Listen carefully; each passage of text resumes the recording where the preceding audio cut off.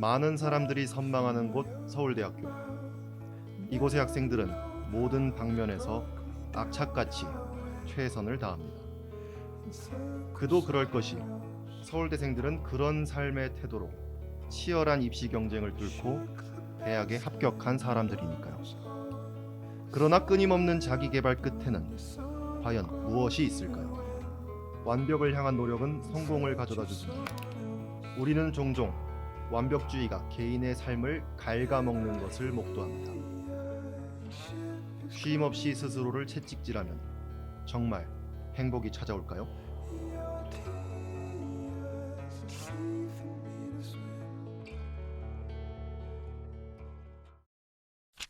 우리는 서울대학교 학생들이 완벽주의로 인해 어떤 어려움을 겪고 있는지 설문을 통해 그들의 고민을 수집했습니다. 답변해준 학생 중 한 명으로부터 출발해 우리는 서울대생의 완벽주의를 보다 일상적인 측면에서 접근하려 합니다. 자기소개해 주세요. 네, 안녕하세요. 저는 서울대학교 미술대학 디자인학부 공예과 금속공예 전공에서 공부하고 있는 19학번 표윤호라고 합니다. 저는 대학생이기도 하지만 지금은 배우를 꿈꾸고 있어서 대학로에서 활동하는 극단에 들어가서 이번 여름에 좋은 작품 만나기 위해서 여러 훈련을 받고 있습니다. 네, 혹시 본인의 완벽주의와 관련해서 해주실 말씀이 있다면? 사실 저는 중고등학교 때까지는 완벽주의 성향이 있는지도 잘 몰랐거든요. 근데 대학교에 들어와서 이제 자기가 만든 작품으로 교수님들한테 성적을 받는 그런 걸 하고 있는 미술대학 특성이나 또 공예라는 것도 굉장히 작은 거를 여러 번 수정하고 연마해서 조금 완벽하게 만들려고 노력하는 과이기도 하고 또 배우라는 일도 자기가 가진 재능이나 그런 거를 조금 완벽하게 해서 카메라 앞에서나 무대에서 보여주는 일이기 때문에 좀 더 완벽하고 싶다, 완벽히 하고 싶다라는 욕구나 특성이 있는 것 같아서 자연스럽게 완벽주의를 가지게 된 것 같습니다. 혹시 대학 입학 이전과 이후에 좀 달라진 것이 있는지? 저는 사실 좀 극제이라서 계획을 빡빡하게 세운 편이거든요. 학창 시절이나 지금이나.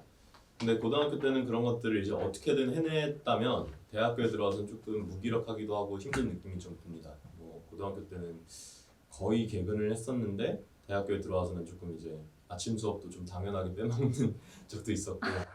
저도 그래요, 근데. 네, 이게 뭐 대학생 특성일 수도 있는 것 같습니다. 그리고 학창 시절 때는 어딜 가나 조금 잘하는 편에 속했었는데 대학교에 들어오고 보니까 이제 뭐 교양 수업 같은 걸 들었을 때 의대생 분들한테 좀 발리는 느낌도 있고 완전 평범한 거죠.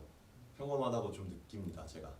그러고 부담을 받는 양상도 조금 다른 게 아무래도 서울대생이라는 타이틀이 있다 보니까 어딜 가서 뭘 잘해도 역시 서울대라면서 좀 놀려지고 맞아요. 뭔가 잘해야 될 것 같고 왠지 서울대 과자 믿고 있으면 행동에 조심해야 될 것 같고 저도 그런 느낌이 완전 조금 공감합니다. 들거든요. 조금 그렇게 부담을 받으면서 고등학교 때는 조금 이제 자기 할 거에 집중하면 됐었는데 대학교 들어와서는 좀 신경 쓸 게 더 많아진 느낌이 좀 듭니다. 혹시 요새 가장 힘들게 느껴지시는 건 무엇인가요? 아무래도 요새 가장 힘들게 느끼는 건 불면, 밤에 좀 잠들질 못하는 것 같아서 정확히 어떤 것 때문인지는 모르겠는데 조금 이제 하루를 완벽하게 꽉꽉 채워서 스케줄대로 보내지 못하면 불안해지는 느낌도 있는 것 같거든요. 조금만 쉬어도 약간 죄책감이 느껴지기도 하고 약간 그래서 이제 사람들한테 얘기할 때 난 너무 게을러라는 말을 좀 달고 살기도 하는 것 같고 제가 여태껏 본 윤호 씨는 전혀 그러시지 않으신데. 전 게으른 사람입니다. 아까 말씀드렸다시피 막 수업을 빠지기도 하고 무기력하게 막 할 일을 미루기도 하고 그래서 이제 하루 끝에 보면 내가 왜 이렇게 게을렀지 하면서 못한 일들이 생각나기도 하고 또 내일은 또 오늘 못한 만큼 더 채워야 되는데 하는 불안감 때문에 막 이제 밤에 핸드폰 보다가 새벽 서너 시에 자고 그런 경우가 좀 많은 것 같습니다. 그래서 좀 잠이 안 오시는 것 같네요. 네네.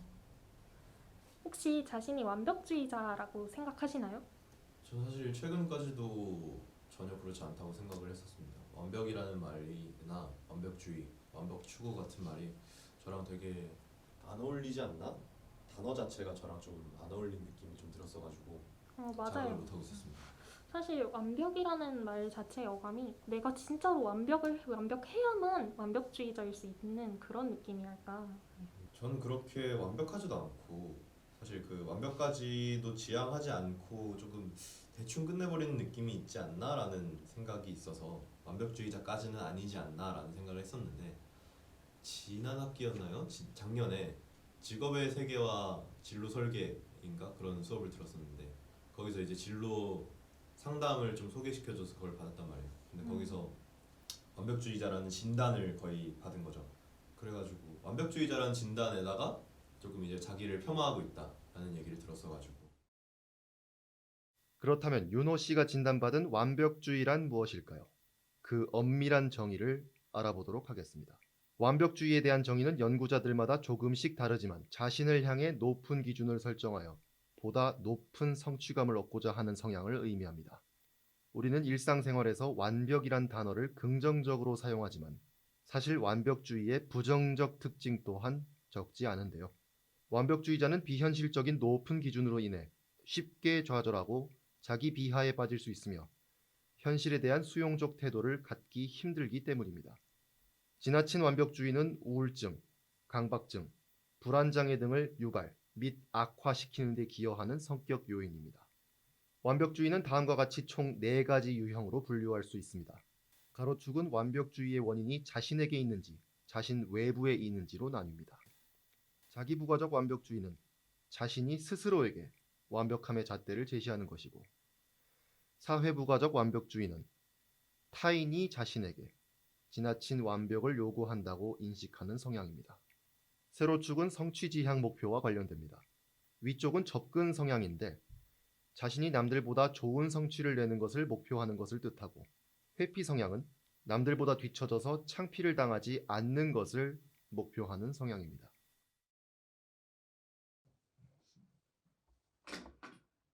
첫 번째 설문 문항은요. 부담감에 짓눌린 상황에 놓였을 때 그 사실을 털어놓기가 힘들다였습니다.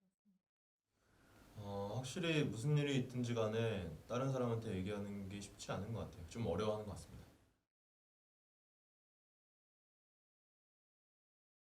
뭐 인간관계 아니면 뭐 일, 생활이나 뭐 여러 가지 뭐를 지칭하는 거죠.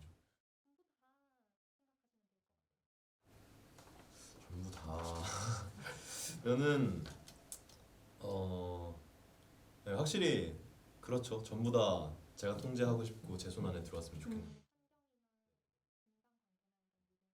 스케줄이나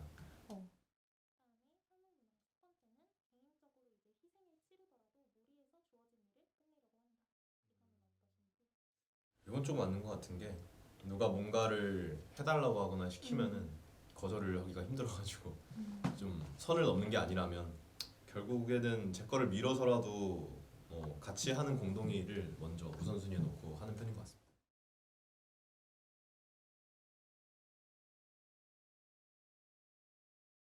요거는 완전 맞는 것 같은 게 저는 아까도 말씀드렸지만 극주의라서 계획을 정말 많이 짜거든요. 그래서 달력에 내놓고 다이어리도 쓰고 또 핸드폰 달력에다가도 하고 할 일을 해놓고 뭐 힘들 때는 뭐 포스트잇 같은 걸 따로 붙이기도 하고 하는데 네 계획표가 굉장히 많습니다. 몇 개씩 있어가지고요.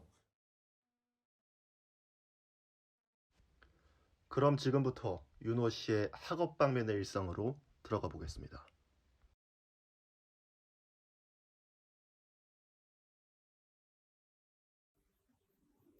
새 학기가 돼서 그런지 윤호 씨는 과제를 하느라 바빠 보입니다. 논문을 찾아보다가 과제 가이드라인을 보다가 기사를 찾아보다가 유튜브를 보는 등 왔다 갔다 하면서 과부하가 오는 듯합니다. 통 집중하지 못하는 것 같은데요.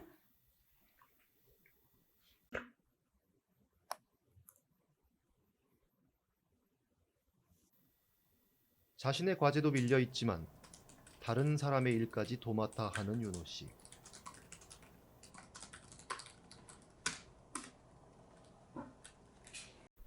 아무도 시키지 않았음에도 불구하고 최선을 다합니다.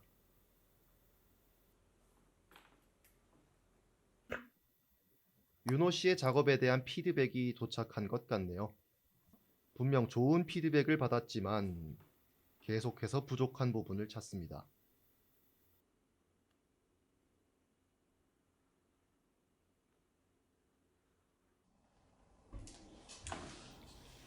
한숨을 길게 내쉬는 윤호 씨. 우선 완벽주의자인데 일을 미룬다 라고 하면 좀 뭔가 이율배반적인 느낌이 있는데요.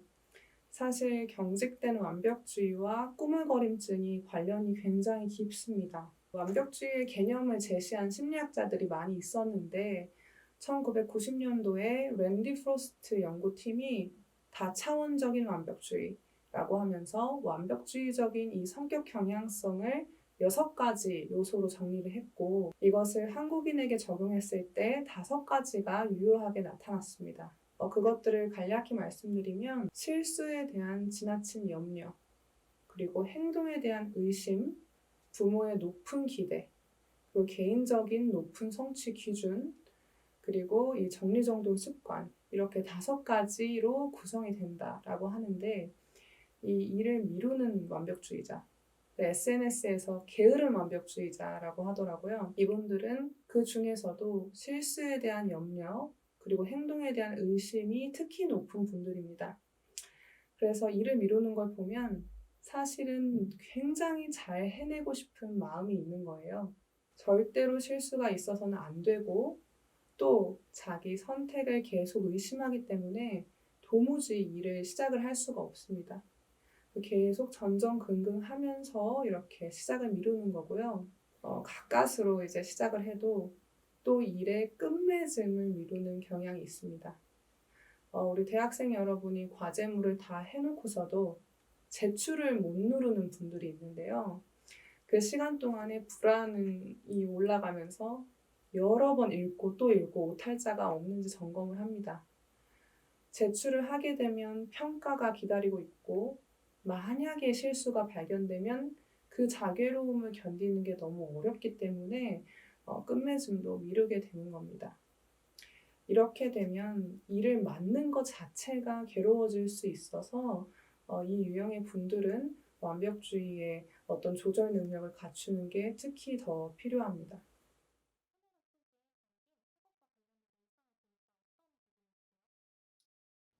솔직히 말하자면 조금 부끄럽네요.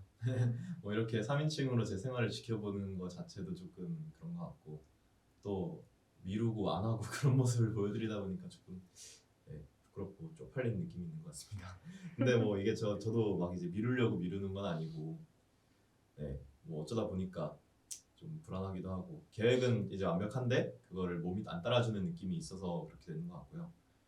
기말 레포트 같은 거를 쓸 때도 이제 2, 3주 전부터 어떻게 해야겠다라는 계획을 짜놓기는 하는데 또 그게 마음대로 따라주지는 않는 것 같고 그래서 그렇게 미루다 보니까 굉장히 불안해지니까 조금 자기를 달래주기 위해서 이렇게 마감 직전에 했을 때 결국에 벼락치기를 할 때 마감 직전이 됐을 때 해야 조금 더 반짝이는 아이디어가 나오기도 하고 효율이 생기는 것 같다라고 스스로 좀 위로한다고 해야 되나? 합리화를 하는 것도 없지 않아 있는 것 같아요. 그래서 그 상태에 중독되다 보니까 이제 어떤 일을 할 때 조금 일부러 자기를 극한 상황이나 좀 그런 불안하고 긴장된 상황에 몰아넣어가지고 일을 시작하게 된다든지 좀 그런 게 있는 것 같아가지고 보니까 좀 속상하기도 한 것 같고 저도 잘 모르겠습니다.